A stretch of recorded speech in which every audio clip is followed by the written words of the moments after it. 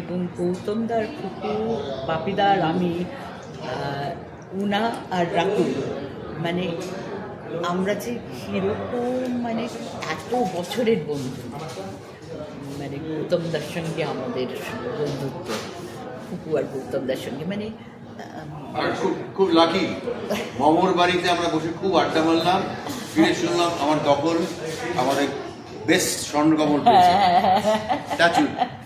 Thank you, এবারও যেন তাই হয়।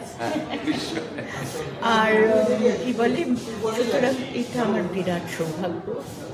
আর গৌতমদার ছবি আমি বলবো রাগের আমি দেখেছি গৌতমদার করা, যেটা এখনো রিলিজ হয়নি। আমি সব সময় গৌতমদাকে বলি রাগের কবে রিলিজ হবে, কারণ আমার দেখা বাছা কয়েকটা ছবির মধ্যে রাগের হচ্ছে একটা ছবি, মানে কি অসাধারণ ছবি আমি বলে বোঝাতে পারি।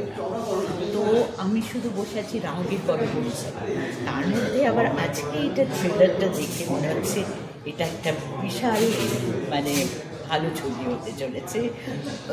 এত ভালো লাগলো। কিরকম আমার কি হয়, যে ছবি মনে দাগ কাটে না, যে ছবি মনকে ছোঁয় না, সেই ছবি আমার ভালো লাগে না, আমার একেবারেই ভালো লাগে না।